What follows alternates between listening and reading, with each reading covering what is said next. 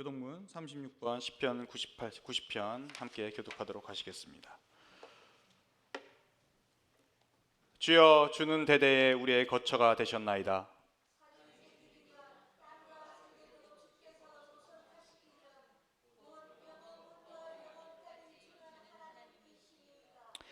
주께서 사람을 티끌로 돌아가게 하시고 말씀하시기를 너의 인생들은 돌아가라 하셨사오니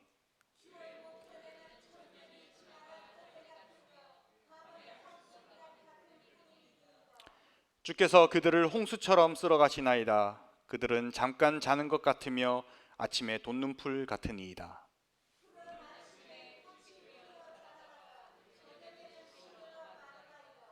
우리는 주의 노에 소멸되며 주의 분내심에 놀라나이다.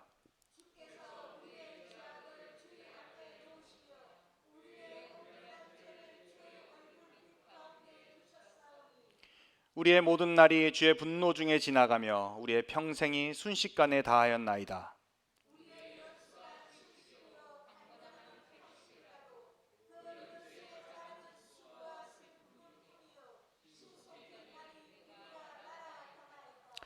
누가 주의 노여움의 능력을 알며 누가 주의 진노의 두려움을 알리이까?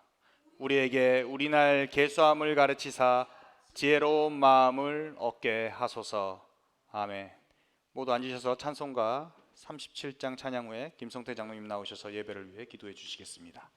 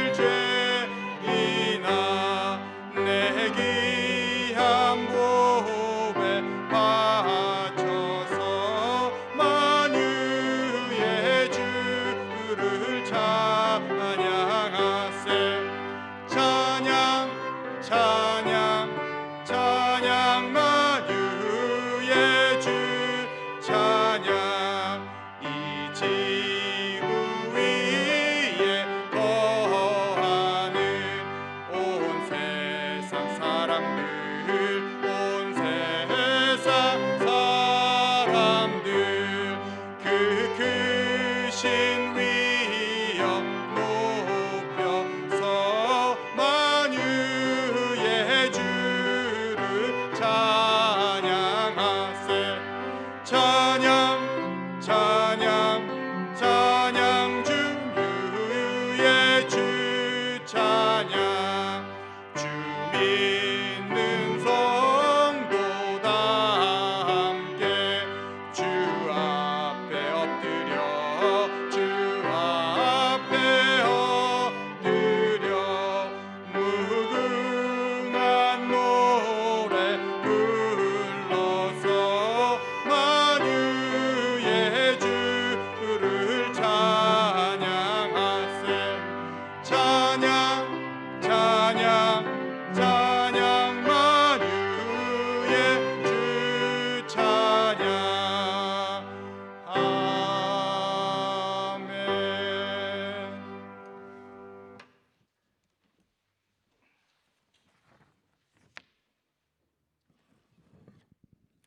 다 같이 기도드리겠습니다.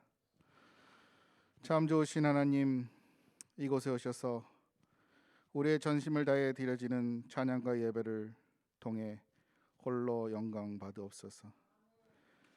우리를 너무 사랑하셔서 하나뿐인 독생자를 내어주신 주님, 그 크신 사랑을 매번 쉽게 잊으며 주의 길과는 반대인 죄인의 길로 가려는 우리의 어리석음을 불쌍히 여겨주시고 이 시간 은밀한 죄악 또한 회개하며 나아가오니 우리를 용서하여 주옵소서. 화려했던 푸르른 여름의 계절을 지내고 그 푸르렀던 잎사귀와 열매를 내려 길고 긴 겨울을 맞이하는 계절입니다.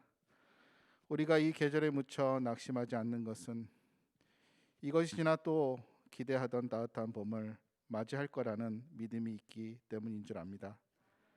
지금 전 세계 초유의 코로나 감염병으로 인해 한 곳에서 모여 교제하지 못하고 각자의 형편에 따라 예배 드리는 우리의 모습을 봅니다. 예배 드리는 이 시간 어떠한 모습이든지 전심을 다하여 드려지는 복된 예배를 인도하여 주시고 그동안 우리에게 당연하게 여겨 주었던 예배가 얼마나 소중하고 함께 모여 찬양하는 것이 또한 귀한 축복임을 알게 될 때 이 코로나 사태가 물러가고 마음껏 신나는 축제 예배를 소망하며 기다리오니 그날이 속히 올 수 있도록 축복하여 주옵소서.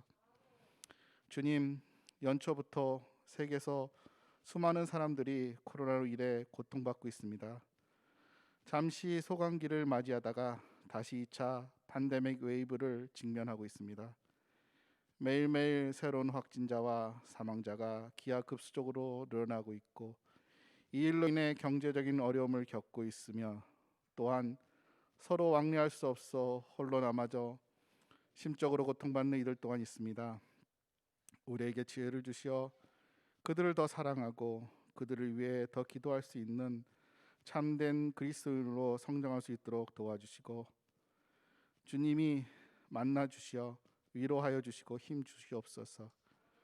특히 우리 교회 소망의 어리신 분들 지켜주시고 김경환 장로님과 박시환 집사님과 정세영 권사님, 박말순 권사님, 김희성 권사님 모두 건강하게 이겨내게 하옵소서. 또한 우리 선교사님을 축복하셔서 의료 장비와 변변한 치료제도 없는 제3국에서 빚도 없이 묵묵히 말씀을 전하고자 세계 각국에 계신 선교사님도 코로나로부터 그리고 여러 어려운 환경으로부터 안전하게 지켜주시고 영적으로 물질적으로 어려움이 생기지 않도록 지켜주길 원합니다. 주님, 우리 조국 대한민국을 기도합니다. 하나님, 북한과 한국을 한 형제로 창조하신 하나님, 한 형제 자매인 이 나라 안에 종전선언을 통해 항구적인 평화를 주시어 더 이상 전쟁의 공포에 있지 않게 하시고 남북이 원활한 교류를 통해 북한 땅이 열려 하나님의 교회가 세워져 100여 년 전 있었던 평양의 대부흥이 다시 일어나 예수 그리스도의 사랑 안에 참된 평화가 넘칠 수 있도록 주님 축복하여 주시옵소서. 하나님의 형상대로 사람을 창조하시고 보시기에 심히 좋았다라고 말씀하신 주님, 기쁜 소리개를 위해 기도합니다. 건강치 못하고 병환 중에 계신 성도님의 힘과 하나님 현대의학으로 해결할 수 없는 모든 부분을 주의 손길로 만져주시고 창조의 모습 그대로 그리고 더욱 건강하게 회복시켜 주시옵소서. 또한 가족분들에게도 마음과 생각을 지켜주시며 위로해 주시고 세임도 허락하여 주시옵소서. 사랑하는 문은수 목사님, 아버님의 병환으로 16년 만에 첫 3개월의 안식이 올 주 계신 우리 담임 목사님에게 한국에서 개인적인 쉼과 회복의 시간을 허락하시고 그리웠던 부모 형제와 귀한 시간과 히스기야 왕에게 허락하셨던 기적의 일이 아버님에게도 허락하시어 병상을 훌훌 터터버리고 일어나서 힘찬 하나님의 말씀을 전하시는 모습으로 축복하여 주시옵소서. 어린이를 용납하시고 다음 세대를 사랑하시는 하나님, 자녀들의 올바른 신앙 교육이 가정에서 이루어질 수 있도록 말씀을 읽고 나누며 기도하는 가정들이 되게 하시고 축복하셔서 우리 사랑하는 아이들이 하나님의 사람으로 성장하여 새로운 세대의 주역으로 살아가게 하옵소서. 말씀으로 우리를 찾아오신 하나님, 단위의 말씀을 들고 서신 고봉찬 목사님을 통해 귀한 말씀을 듣게 하시니 감사합니다. 말씀을 전하시는 목사님 항상 영육간에 강건케 하시고 주님이 걸어가신 십자가의 길, 그 길을 따라 걸어가실 때 세상에 줄 수 없는 기쁨과 감사함으로 걸어가게 하시며 늘 새로운 힘과 성령의 능력을 더하여 주시옵소서. 또한 예배를 위하여 수고하시는 우리 조진영 간사님이야 미디어 팀에게도 힘을 주시고 그들의 수고와 헌신을 보옵시고 복의 복을 더하여 주시옵소서. 미처 구하지 못한 모든 기도 제목들 주님께서 이미 하시오니 모두 응답하여 주실 수 믿고 감사드리며 우리를 사랑하셔서 목숨까지 내어주시고 부활하신 우리 주 예수 그리스도의 이름으로 간절히 기도합니다. 아멘.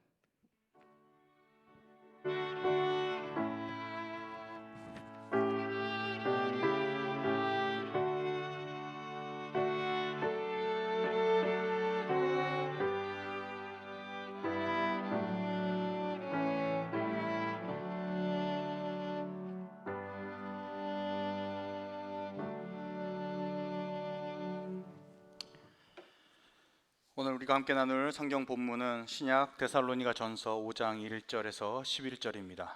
성경을 읽으실 때 본문을 통해 말씀하시는 하나님의 뜻을 깨달을 수 있기를 간절히 기도합니다.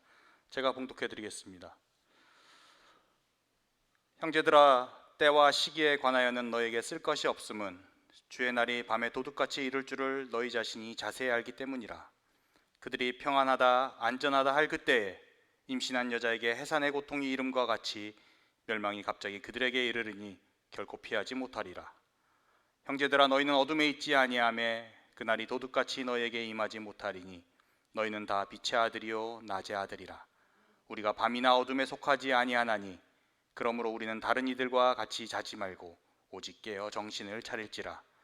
자는 자들은 밤에 자고 취하는 자들은 밤에 취하되 우리는 낮에 속하였으니 정신을 차리고 믿음과 사랑에 호심경을 붙이고 구원의 소망의 투구를 쓰자. 하나님이 우리를 세우심은 노하심에 이르게 하심이 아니요 오직 우리 주 예수 그리스도로 말미암아 구원을 받게 하심이라. 예수께서 우리를 위하여 죽으사 우리로 하여금 깨어 있든지 자든지 자기와 함께 살게 하려 하셨느니라. 그러므로 피차 권면하고 서로 덕을 세우기를 너희가 하는 것 같이 하라. 아멘. 주님, 우리의 마음을 여시어 말씀을 깨닫게 하옵소서. 아멘. 안녕하세요. 네, 모두 한 주간 평안하셨으리라 믿습니다. 우리 한 주만에 만난 교우분들과 좌우 양옆에 앉아 계신 우리 교우분들과 인사 나누겠습니다. 참 잘 오셨습니다. 이제 이 정도 인사는 익숙해질 때가 되셨죠? 한 번 더 인사 나누시겠습니다. 당신은 빛의 자녀입니다. 당신은 빛의 자녀입니다. 네, 아멘. 자, 먼저 제 어릴 적 이야기를 여러분과 짧게 나누겠습니다. 지금 저의 이 착실하고 모범생 같은 모습만 봐오셨던 여러분들은 아마 상상도 못 해보셨겠지만 저는 어릴 적에 아주 말썽쟁이였습니다. 깜짝 놀라셨죠? 아주 의외 아닙니까? 아주 놀라신 것 같습니다. 제가 집중적으로 이 사건 사고를 치던 나이대가 있었는데요. 7살 때쯤이었던 걸로 기억이 납니다. 자고 나면 사고를 쳤으니 저희 부모님 속이 얼마나 상했을까요? 제가 친 사건 사고들을 다 열거하면은 아마 시간이 부족해서 한 가지만 여러분들께 소개해 드리겠습니다. 그 나이 때 주로 치던 사고는 집에 있는 음식들을 가져다가 당시 어울리던 동네 형들과 친구들과 나눠 먹은 사건이죠. 집에 있는 음식을 다른 사람들과 나눠 먹는다는 것은 칭찬받을 일이지 혼날 일이지 아니지 않습니까? 그렇죠? 그런데 이게 정도가 심했죠. 예를 들자면 가족들이 저녁 식사로 먹을 빵을 어머니께서 낮에 가서 장을 봐오십니다. 그럼 저는 오후쯤에 그 식빵을 그대로 들고 가서 동네 형들과 친구들과 다 먹어버립니다. 그러면 우리 가족은 저녁 때 돼서 굶거나 다른 무언가를 해먹어야만 했습니다. 자, 어머니께서 장 봐온 물품들을 꺼내서 특별한 조리가 필요치 않은 그냥 포장만 풀면 바로 먹을 수 있는 물품들을 꺼내서 대부분 제가 들고 나가서 동네 형들과 친구들과 다 맛있게 먹어버렸습니다. 나눠 먹는 수준이 아니라 거의 상납하는 수준이었기 때문에 저희 부모님, 특히 저희 어머님께서 아주 화가 많이 나셨었죠. 그리고 사실 그 당시 7살 정도밖에 안 된 어린 저였지만 이 세상 돌아가는 이치를 어떻게 깨달았는지 그냥 동네에 나가면 저랑은 안 놀아주는 형들에게 그리고 친구들의 마음을 얻고자 저도 무언가를 해야겠다 생각해서 이 음식 상납을 하기 시작했던 것 같습니다. 그렇게 집에 사다 놓은 뭐 빵이고 음료수고 과자고 뭐 과일들이고 바리바리 싸들고 나가서 형들과 친구들과 다 실컷 먹고 집에 돌아오면 집안 분위기가 어떻겠습니까? 뭐 엉망이겠죠. 저희 누이들은 죽일 듯이 저를 째려보고 있고요. 부엌에서 요리하시는 그 어머님이 도마 위에 칼질 소리가 왜 그렇게 크게 들리는지요. 뉴스 보시는 저희 아버님만 평화로워 보였습니다. 자, 그런 분위기를 감지한 제가 습관처럼 가는 곳이 있었습니다. 바로 이불장입니다. 이불장. 요즘에 그런 이불장 가지고 있는 집이 있을까요? 옛날 제가 자랄 때는 뭐 우리 어린 친구들은 잘 모르겠지만 옛날 제가 자랄 때는 침대 있는 집이 별로 없었죠. 그죠? 한국에 침대 하나 정도 있으면 아주 부유한 집안 이렇게 했었는데 여튼 저희도 침대가 없으니까 침대 대신에 이불과 이불요라 그러죠. 뭐 매트인데 매트 깔고 요를 깔고 자는 게 이제 저의 하루에 잠자기 전에 일과였습니다. 자, 그 이불과 이불요와 뭐 베개들을 이렇게 보관하는 장이 따로 집들마다 한두 개씩 있었는데 그걸 우리가 이불장 뭐 그렇게 불렀던 것 같아요. 저희 집에 있던 이불장은 이렇게 미닫이 문으로 큰 미닫이 문으로 된 북박이 장이었어요. 우리 애들은 잘 모른다는데 이 벽에다가 집 지을 때부터 만들어 놓은 장을 북박이 장이라고 합니다. 어쨌든 그럼 거기에 이불들 다 이렇게 쌓아놓고 이렇게 문 닫아놓고 이제 잠잘 때마다 꺼내놓고 쓰곤 했는데 저는 사건 사고로 치면은 그곳에 조용히 들어가 숨는 버릇이 있었습니다. 일단 이불장 안에 들어가면 그 안은 어둠컴컴하잖아요. 빛이 안 들어 아주 어두웠습니다. 그리고 그 이불이 주는 그 푹신함, 들어가서 숨 쉬신 분들은 아셔볼 거예요. 그 푹신함이 제가 사건 사고를 치고 난 저의 불안한 마음, 송구하고 죄송한 마음, 그리고 혼날까 두려운 마음, 부끄러운 마음, 뭐 죄송스러운 마음, 뭐 이런 복잡한 마음을 이렇게 정리하게 도와주었던 것 같습니다. 그래서 보통 그곳으로 숨고요. 그러다가 결국에는 그 안에서 잠들어 버렸습니다. 자, 어린 저는 그곳에서 숨어 있으면 아무도 모를 거라고 생각하고 숨지만 부모님께서는 또 매번 기가 막히게 아셔서 저를 찾습니다. 보통은 매번 그곳에서 잠들어 있는 저를 끄집어 안으셔서 이불자리로 옮겨 주시죠. 뭐 사실 저도 매번 깨어 있어요. 그럴 때마다. 그런데 혹시 혼날까 봐 계속 자는 척 하는 거죠. 그래서 자는 척하면 부모님께서 품어 안겨서 이렇게 옮겨 주죠.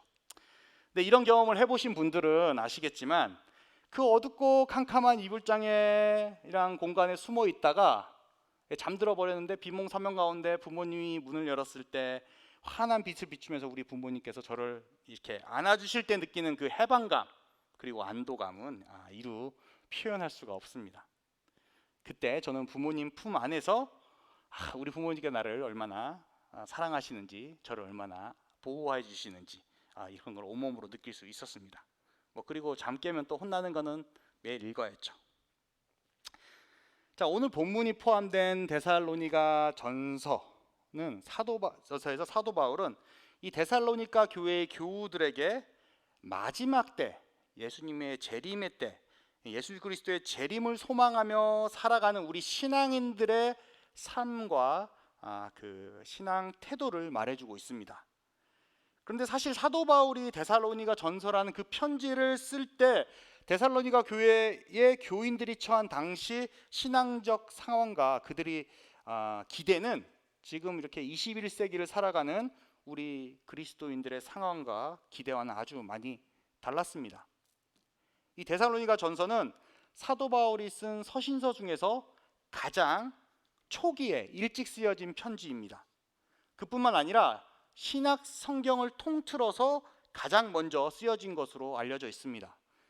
자, 예수님의 삶과 가르침을 기록한 것이 사복음서죠. 사복음 중에서 가장 많이 먼저 쓰여졌다고 알려진 것이 마가복음입니다. 마가복음이 서기 한 65년에서 70년경에 쓰여졌다고 해요. 그런데 이 데살로니가 전서는 서기 49년경에 쓰여졌습니다. 무려 마가복음보다 20년 먼저 쓰여졌고요. 그리고 예수님이 승천하신 이후에 20년 되셔서 쓰여진 것으로 있어서 기독교 역사에서 가장 이른 초기에 쓰여진 문서라는 것으로 알려졌습니다. 자, 그럼 이때 이 초기 기독교 공동체가 예수님 승천 후에 막 이제 사도들의 증거 활동, 복음 증거 활동에서 막 초기 기독교 공동체가 세워질 때 분위기가 어땠을까요? 어떤 분위기였을까요? 자, 우리가 사는 지금처럼 뭐 일주일에 6일 동안 이렇게 각자의 일에서 일하고 나서 뭐 일주일에 한 번 와서 예배도 드리고 뭐 시간 나면 봉사도 하고 성교도 가고 그런 삶이었을까요? 자, 사실 우리가 요즘 현대에서도 우리의 신앙 고백 속에 예수님이 다시 오심을 소망한다고 믿음으로 고백은 하지만 만약에 예수님께서 당장 내일 모레 오신다고 하면 여기서 적잖이 당황하실 분들이 많을 것입니다.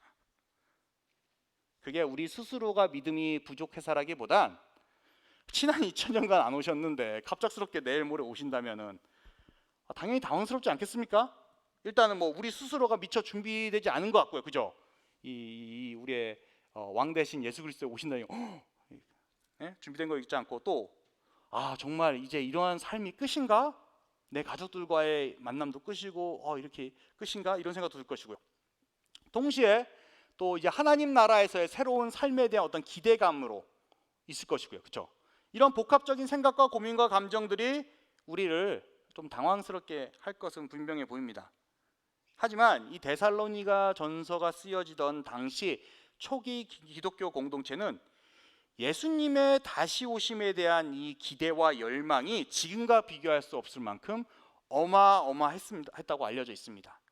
그들은 예수님께서 자기들이 살고 있는 그 세대에 곧 다시 올 것이라고 실제로 믿고 그것을 기대하고 예상했습니다. 지금으로 얘기하면 제가 살아있는 동안에 예수님께서 오실 거라고 믿었다는 거예요. 정말로 예수님이 어디 잠깐 뭐 한국에 가셨다가 우리 담임 목사님처럼 한국에 가셨다가 1월에 오실 것처럼 이제 곧 오실 거라고 실제로 그렇게 믿고 그걸 간절히 원하고 기도했다는 아주 그런 삶을 살았습니다. 그러면서 초기 기독교 공동체를 세워나갔고요. 예배와 성만찬을 통해서 믿음을 세워나갔고 예수님께서 가르쳐 주신 사랑의 가르침을 몸소 실천하면서 공동체와 사회에 실천하면서 그렇게 살아갔습니다.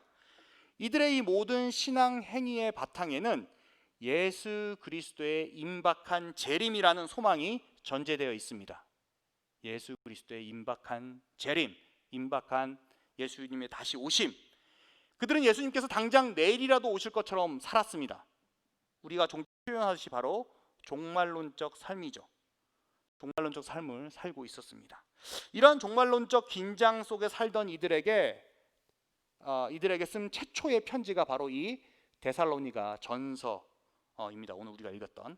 자, 사도 바울은 1장 10절에서 데살로니가서 1장 10절에서 또 죽은 자들 가운데서 다시 살리신 그의 아들이 하늘로부터 강림하실 것을 다시 오실 것을 너희가 어떻게 기다리는지를 말하노니 이는 장래의 노하심에서 우리를 건지시는 예수시니라 라고 적으면서 그들이 데살로니가 교회 교인들이 예수 그리스도의 다시 오심을 간절히 기다리고 있으며 살고 있다는 것을 알고 있다고 말하고 있습니다. 그뿐만 아니라 바울은 서신서 곳곳에서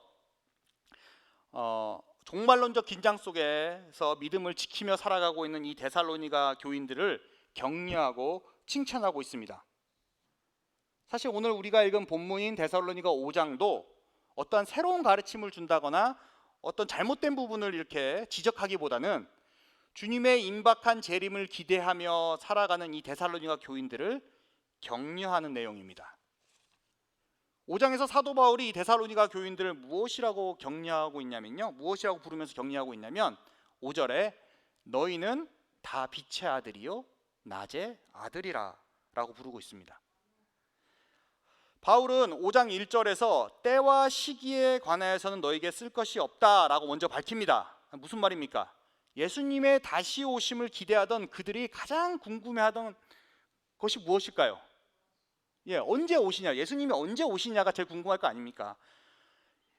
예수님이 오실 그날이 무척 궁금하죠. 기다림이 간절해지면 간절해질수록 그 예수님의 다시 오실 그 날에 대한 궁금함은 더 깊어졌지요. 이 데살로니가 교인들도 예수님이 다시 오실 때에 대한 궁금함 때문에 아마 여러 이야기들이 내부적으로 있었나 봅니다. 누구는 뭐 내일 온다고 하는 사람도 있고, 누구는 다음 주에 온다고 하고, 누구는 뭐 내년에 온다고 하고, 혹 어떤 이는 아마 안 오지 않을까? 라고 하는 등등의 예측과 논쟁들이 이 궁금증을 담아서 사도 바울에게 전달된 것이죠. 자, 이제 바울은 이러한 그들의 궁금함에 답합니다.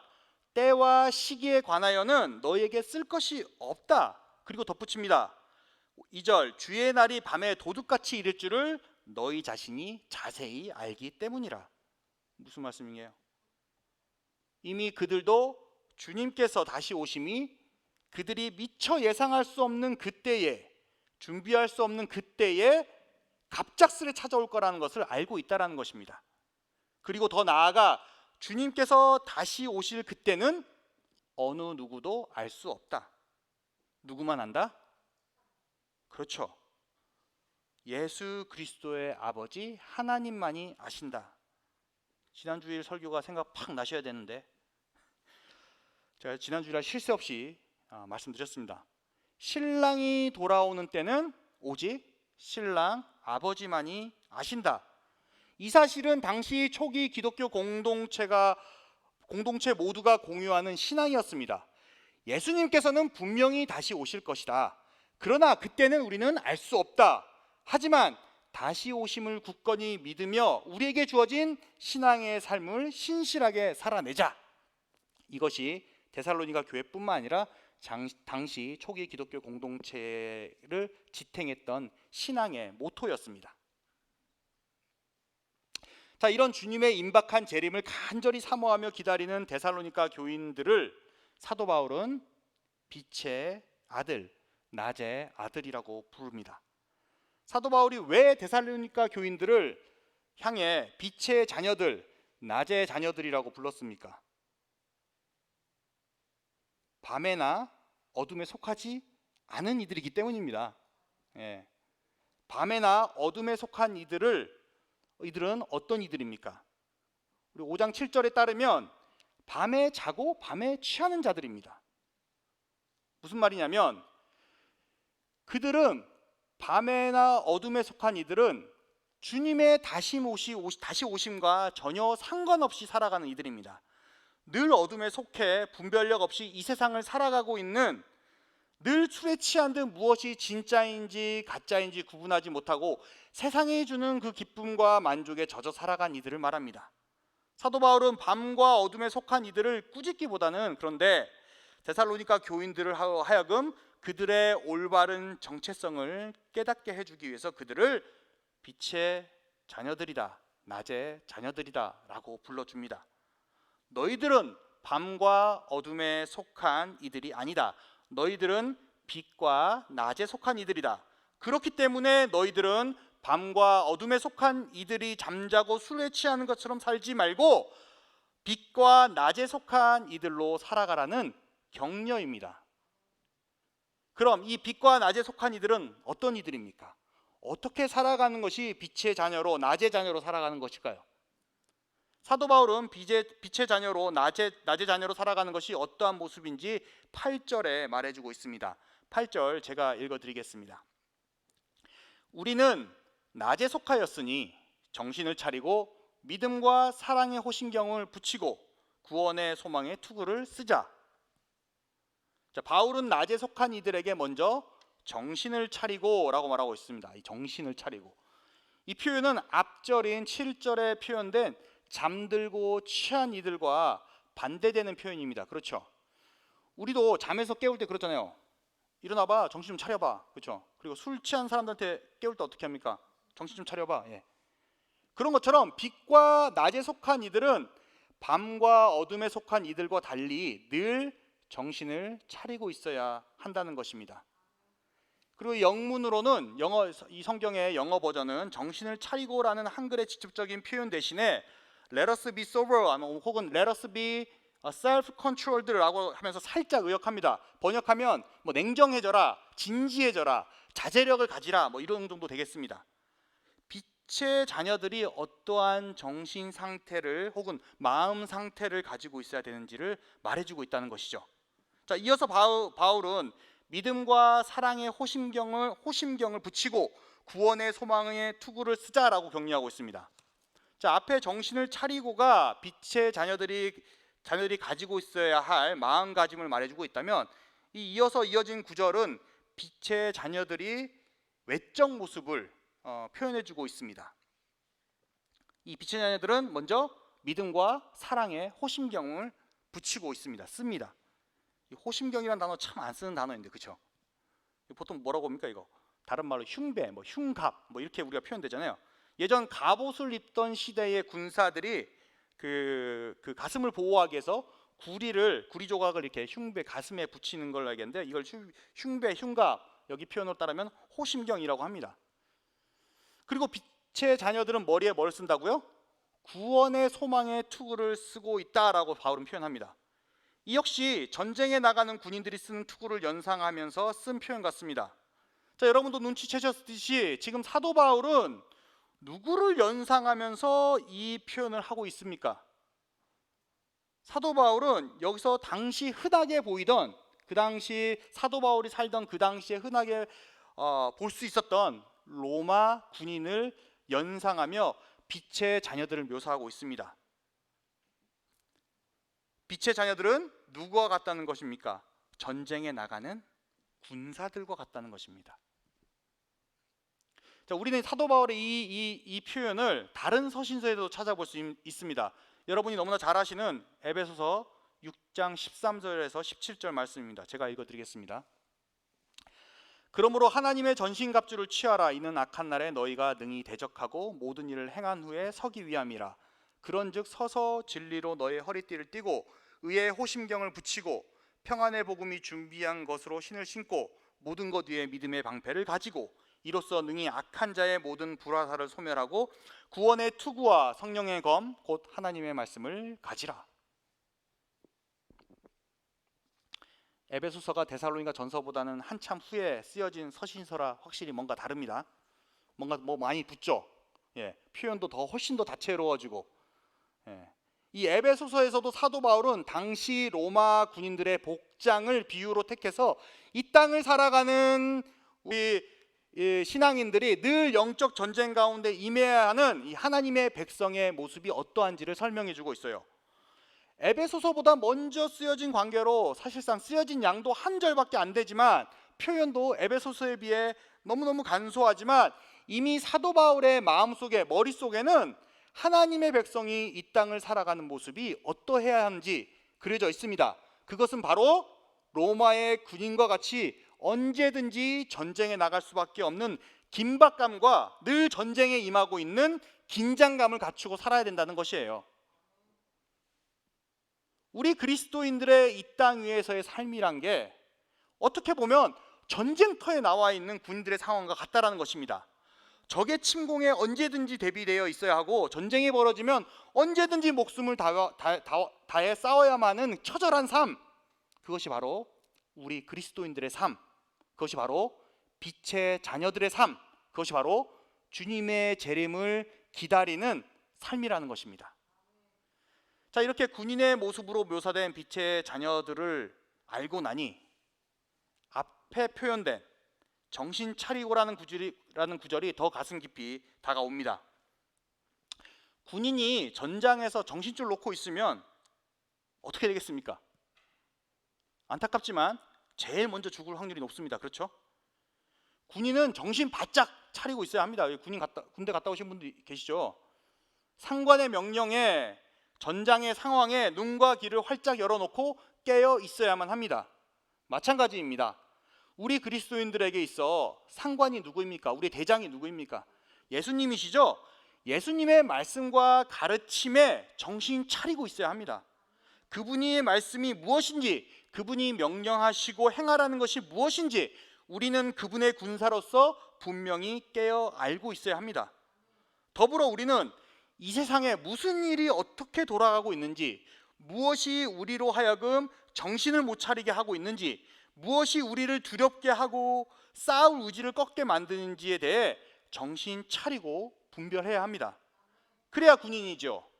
그래야 그리스도인이라는 것입니다. 오늘 바울의 표현을 빌자면 그래야 우리는 빛의 자녀들이라는 것입니다. 오늘 본문 3절에 바울이 이렇게 말합니다.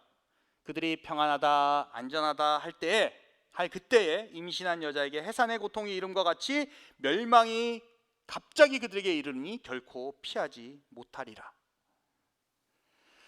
자, 세속적인 세상은, 타락한 세상은 우리로 하여금요, 괜찮아, 평안해, 안전하다니까. 야, 오늘을 즐기자. YOLO. You only live once. YOLO 즐기자. 에이, 무슨 세상 다 끝난 것처럼 살아. 야야, 우리 쉽게 가자. 쉽게 가자. 에이, 그런 거 따지지 말고 덮고 가자. 우리끼리는 괜찮아. 걱정 마, 아무 일도 없어. 등의 위로와 격려와 덕담 등으로 포장된 표현들을 통해 우리를 끊임없이 유혹합니다. 지금 살벌한 전쟁터와 같은 믿음의 삶을 살아내고 있는 우리에게 이러한 말만큼 힘 빠지게 하고 의지를 없애버리는 말도 없을 것입니다. 아마 당시 주님의 재림을 간절히 기다리며 신실하게 살아가던 데살로니가 교인들에게도 똑같은 말들이 전달되었을 것입니다. 야, 니들 왜 그렇게 유별나게 믿어? 그렇다고 니네 믿는 그 예수라는 사람이 올 것 같아? 적당히 좀 해. 세상 돌아가는 것 좀 봐. 그렇게 절박하게 살지 않아도 돼. 왜 그렇게 절박하게 사니? 등등의 회유와 조롱이 그들에게 들려왔겠지요. 주님의 오심이 늦어지면 늦어질수록 그들은 이러한 말들에 더 휩쓸리고 그들의 믿음은 점점 더 약해졌겠지요. 믿음이 약해지면 성도를 향한 사랑이 식어갑니다. 믿음 사랑이 다 약해지면 소망이 남아 있을 수가 없습니다. 이런 절박한 데살로니가 교인들에게 사도 바울은 다시 한번 격려합니다. 여러분은 빛의 자녀들입니다. 여러분은 밤과 어둠에 속해 있지 않고 낮에 속해 있습니다. 다릅니다. 여러분은 낮에 속한 것처럼 정신 똑바로 차리시기 바랍니다. 저 전쟁터에 있는 군인들처럼 믿음과 사랑의 흉배를 꽉 동여매시고 구원의 투구를 무겁다고 벗어 던지지 마시고 머리에 꼭 쓰고 계십시오. 눈과 귀를 활짝 열어서 주님의 말씀에 귀를 기울이십시오. 우리의 대장 되시는 우리의 주님이 이 세상 가운데 무엇을 하고 계시는지 눈을 열어 보시기 바랍니다. 그것이 빛의 자녀들의 모습이고 삶입니다. 낭망하지 마시기 바랍니다. 사랑하는 기쁜 소리교회 여러분, 제가 어릴 적에 왜 그렇게 어두운 이불장에 숨었겠습니까? 왜 그렇게 어두운 이불장 속에서 잠들어 버렸을까요? 당연하죠. 부모님께 혼날까 봐 숨었기 때문이죠. 그죠? 혼나지 않으려고 숨었고요. 사고친 저에게 화를 내실지 모를 부모님을 피해 어두운 이불장 속으로 숨어 들어간 것입니다. 그 어둠 속에 제가 잠자는 것 빼고 뭘 할 수 있겠습니까? 그 어둠 속에서 뭐 책을 읽을 거예요. 뭐 요즘처럼 뭐 폰이 있으면야 애들 거기서 좋다고 게임 했겠죠. 폰이 있던 시대도 아니고. 그 어두운 이불장 속에서 계속 숨어 있으면 모든 것이 잊혀질 거라고 어린 저는 믿었습니다. 이 어두운 이불장 속에 있으면 모든 것이 괜찮아질 거라고 저는 믿었어요. 어둠 속에 들어가면 자연스럽게 그렇게 됩니다. 어둠 속에 들어가면요. 그런데 여러분, 세상이 어둡기 때문에 우리 그리스도인들이 어둠 속에 살아가는 것이 아닙니다. 다시 말씀드릴게요. 세상이 어둡기 때문에 우리 그리스도인들이 어둠 속에 살아가는 것이 아니에요. 세상이 어두워서 우리가 그 속에 늘 잠에 취해 있고 술에 취해 살아가는 것이 아니라는 말씀입니다. 여러분과 저는 어릴 적 사고치고 어두운 이불장 속으로 숨어 들어간 어릴 적에 철없던 제가 아니지 않습니까? 이제는 여러분과 저는 예수 그리스도의 핏값 주고 산 하나님의 백성입니다. 빛의 자녀입니다. 그리스도의 군사입니다. 우리는 이제 이것을 반대로 생각해야 합니다. 이 세상이 어두운 것은 우리 그리스도인들이 빛의 자녀로 살지 못하기 때문입니다. 이 세상이 점점 어두워지고 타락하는 것은 그리스도의 군사로 부름받은 우리가 정신줄을 놓고 있기 때문입니다. 여러분, 소돔과 고모라가 왜 하나님의 진노를 받아 멸망했습니까? 아브라함이 그렇게 간청했습니다. 하나님, 그 도시에 10명의 의인 있으면 멸하실 겁니까? 하나님 대답하셨습니다. 아니야, 의인 10명이 있으면 멸하지 않겠다. 그리고 하나님은 소돔과 고모라를 멸하셨습니다. 의인 10명이 없어서 멸하셨습니까? 의인 9명이 있는데 1명 부족해서 하나님께서 싹 다 그 도시를 멸하셨습니까? 아니죠. 사실상 소돔과 고모라에는 의인이 1명도 없었다라는 겁니다. 하나님께서 구원할 의인이 1명도 없었다는 그 비참함이 소돔과 고모라의 타락상을 여실하게 드러내고 있는 것이죠. 마찬가지입니다. 하나님은 우리 그리스도인들을 빛의 자녀로 부르셔서 믿음과 사랑의 호심경과 구원의 투구를 주셨습니다. 그런데 우리는 그 모든 것들을 벗어던지고 우리 눈에 좋아 보이는 것들, 멋져 보이는 것들, 이뻐 보이는 것들 입고 빛의 자녀로 사는 것을 포기했습니다. 이 때문에 이 세상은 점점 어두워져 가는 것입니다. 어두운 가운데 빛을 비추며 살아가야 할 우리 그리스도인들이 빛을 잃어버리기 때문에 세상은 점점 타락하고 어두워져 갑니다. 그리고 더욱 심각한 것은 우리가 이 어두운 세상 속에서 정신줄 놔버린 어떤 이들의 말처럼 평안하다, 평안하다, 괜찮다, 괜찮다 되뇌이며 정신 승리하는 동안에는 이 세상이 다시 밝아질 소망이 없어 보인다는 것입니다. 세상에는 분명 어두운 부분이 있습니다. 하지만 우리가 빛의 자녀로 살아갈 때, 우리가 믿음과 사랑의 호신경을 가슴에 달고 구원의 투구를 쓰고 살아갈 때 우리는 그 어둠 가운데서 밝게 빛날 것이라 저는 믿습니다. 세상이 어둡다고 타박하거나 원망하지 맙시다. 세상이 너무 타락해서 못 살겠다고 마치 이 세상을 떠날 것처럼 허세 피우지 맙시다. 이 세상 떠나면요, 죽음이에요. 대신 빛의 자녀로 부르신 하나님의 뜻에 순종하며 살아갑시다. 하나님을 향한 믿음과 이웃들을 향한 사랑의 호심경을 가슴에 메고 우리 주 예수 그리스도의 다시 오심과 함께 임할 하나님의 완전하고 풍성한 그 나라를 고대하는 그 소망의 투구를 쓰고 정신 바짝 차리고 이 한 세상 함께 살아갑시다. 우리 기쁜 소래교회 교우 한 분 한 분이 이렇게 빛의 자녀로 살아갈 때 이 어두운 세상이 점점 밝아질 것을 저는 믿습니다. 그리고 무엇보다 우리가 빛의 자녀로 살아갈 때 우리 교회가 하나님 나라가 될 것입니다. 우리가 살아가는 이 캐나다 땅이 하나님 나라로 변해갈 것입니다. 우리 교회를 오가는 수많은 사람들이, 수많은 이들이 우리 공동체 속에서 하나님의 빛의 자녀들이 살아가는 하나님 나라를 경험할 수 있기를 주님의 이름으로 간절히 기도합니다. 우리 함께 이 시간 말씀 생각하면서 기도 한번 합시다. 이 시간 함께 말씀 나누던 말씀 생각하시며 기도하실 때요, 하나님, 우리를 빛의 자녀로 부르셨음에 감사를 드립니다. 하지만 빛의 자녀로 살아오지 못한 우리의 부족하고 연약한 모습도 고백합니다. 이 시간 하나님의 거룩한 손길 가운데 우리가 다시 한번 빛의 자녀로 그리스도의 군사들로 이 땅을 살아가기를 다짐하오니 하나님 도와주시옵소서. 하나님 인도하여 주시옵소서라며 우리 시간 함께 간절히 기도 드리시겠습니다.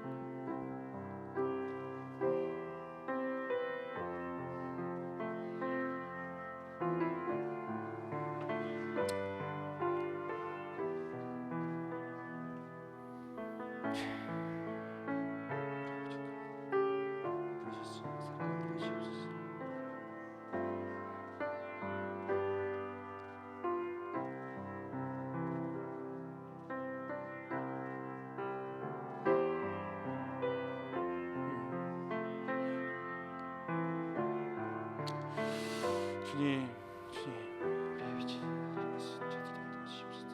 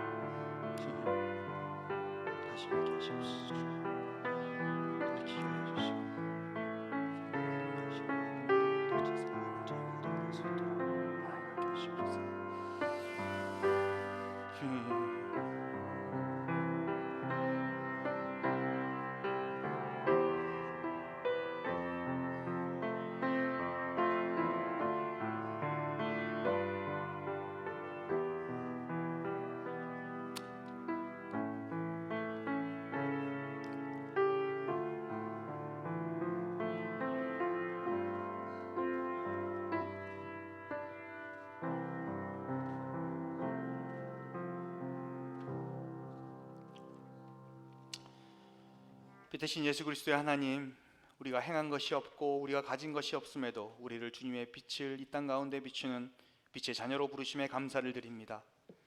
주님의 다시 오심을 소망하며 이 어두운 세상 가운데 주님의 빛을 비추며 살고자 하오나 우리는 여러모로 부족하고 연약합니다. 어두운 세상을 핑계해보고 괜찮다 하는 세상의 소리에 귀를 기울였음을 고백합니다. 주님께서 우리에게 씌워주신 믿음과 사랑의 호심경과 구원의 투구가 너무 무거워 벗어버리기도 하였습니다. 우리의 이러한 약함으로 인해 세상은 점점 악해지고 어두워졌음을 주님 앞에 또한 고백합니다.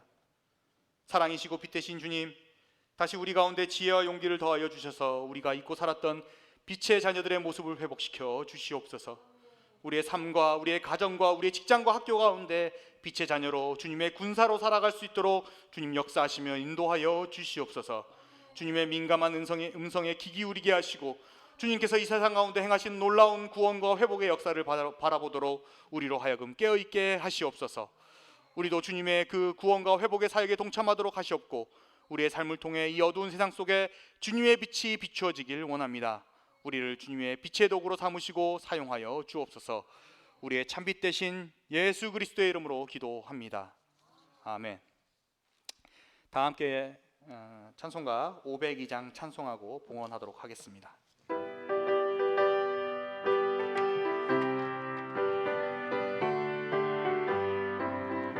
빛의 사자들이여서 가서 어둠을 물리치고 주의 진리 모르는 백성에게 복음의 빛 비춰라.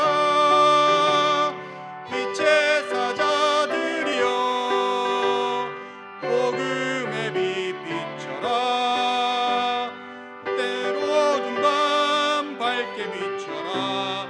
빛의 사자들이여 선한 사역 위하여 힘을 내라. 주 함께 하시겠네. 주의 크신 사랑을 전파하며 복음의 빛 비춰라. 빛의 사자들이여 복음의 빛 비춰라. 죄로 어두운 밤 밝게 비춰라. 빛의 사자들이여 주님 부탁하신 일 수용하여 이 진리 전파하라. 사는 먼 꿈을 건너 힘을 다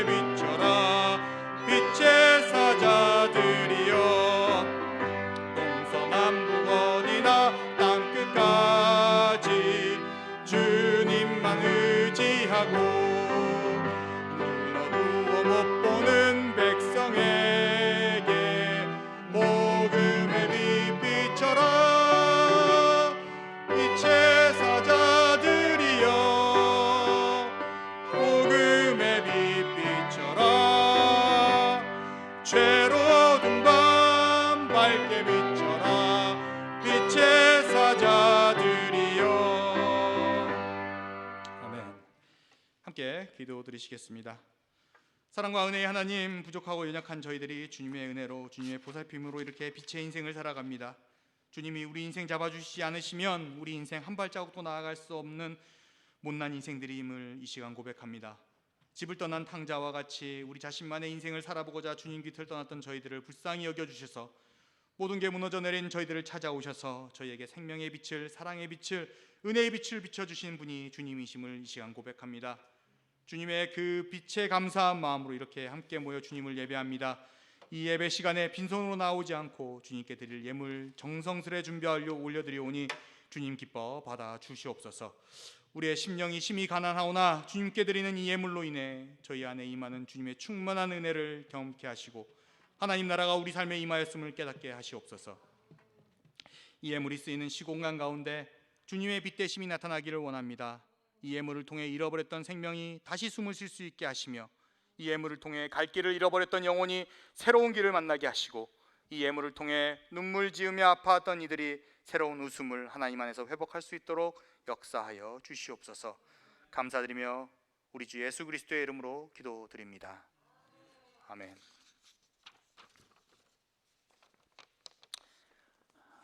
광고는 주보 뒷면을 참조하시기 바랍니다.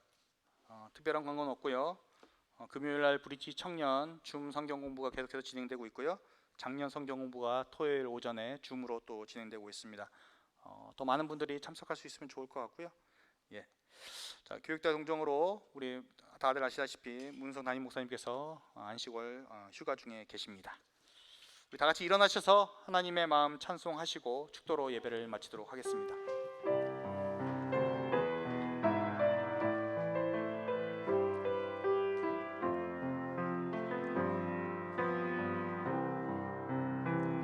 아버지 당신의 마음이 있는 곳에 나의 마음이 있기를 원해요. 아버지 당신의 눈물이 고인 곳에 나의 눈물이 고이길 원해요. 아버지 당신이 바라보는 영혼에게 나의 두 눈이 향하길 원해요. 아버지 당신이 울고 있는 어두운 땅에 나의 두 발이 향하길 원해요. 나의 마음이 아버지의 마음 알아. 내 모든 뜻 아버지의 뜻이 될 수 있기를 나의 온 몸이 아버지의 마음 알아. 내 모든 삶 당신의 삶 되기를. 아버지 당신의 마음이 있는 곳에 있기를 원해요. 아버지 당신이 눈물이 고인 곳에 나의 눈물이 고이길 원해요. 아버지 당신이 바라보는 영혼에게 나의 두 눈이 향하길 원해요. 아버지 당신이 울고 있는 어두운 땅에 나의 두 발이 향하길 원해요. 나의 마음이 아버지의 마음 알아. 내 모든 뜻 아버지의 뜻이 될 수 있기를 나의 온 몸이 아버지의 마음 알아. 내 모든 삶 당신의 나의 마음이 아버지 마음 알아. 나의 마음이 아버지의 마음 알아. 내 모든 뜻 아버지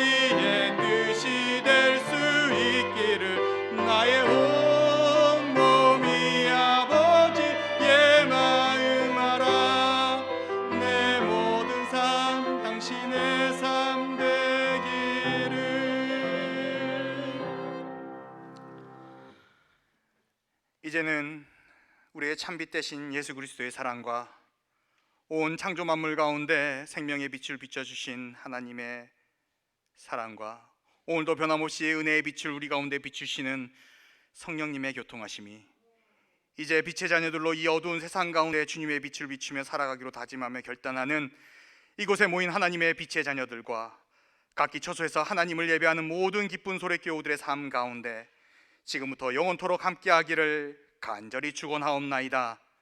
아멘.